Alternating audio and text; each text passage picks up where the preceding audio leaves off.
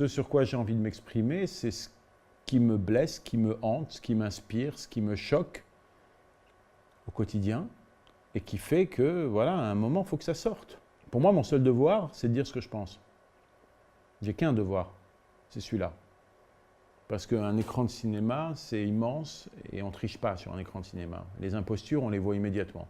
Donc quelqu'un qui veut faire des films pour créer du buzz, ça se voit tout de suite. Cette triche. Moi, je sors, je vois, j'écoute, j'observe, je me nourris, et pas que de films. Je me nourris l'humain, parce que ma première passion, c'est l'humain. Ma plus grande passion, c'est l'humain. Et puis, il y a un moment où, quand c'est là à l'intérieur, et que c'est là sous la douche, c'est là à table, c'est là en dormant, et ça vous empêche de bouffer, ça vous met mal, c'est comme une boule au ventre qui grossit, grossit, grossit, bah, elle doit sortir. Voilà. C'est ma façon, en tout cas, de la faire sortir, d'exprimer ce que j'ai à dire. Alors, il se trouve que, souvent, ce que j'ai à dire, c'est un reflet.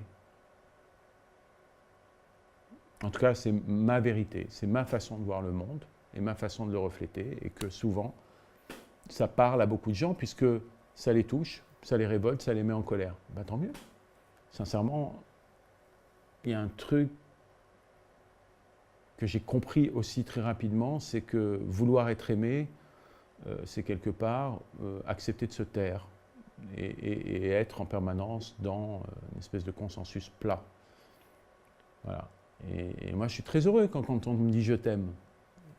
J'aime que quelqu'un me dise « je t'aime » ou « j'aime ce que tu fais ».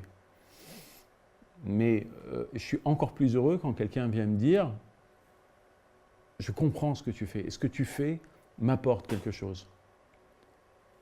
Ou quand, à l'époque de Myland, cette jeune Israélienne qui fait partie, Misha, qui fait partie des protagonistes du film, m'envoie un mail 3-4 mois après le tournage pour me dire « ce film a changé ma vie, c'est comme si tu avais jeté une pierre dans mon jardin ». Et maintenant, j'ai intégré des associations où je rencontre des Palestiniens et j'apprends à connaître des Palestiniens, des choses que je n'aurais jamais pu faire avant. Parce que je pense, très sincèrement, et probablement avec une part de naïveté que j'assume, je pense que le cinéma peut changer le monde. Et si je ne pensais pas que le cinéma pouvait changer le monde, je ferais autre chose que du cinéma.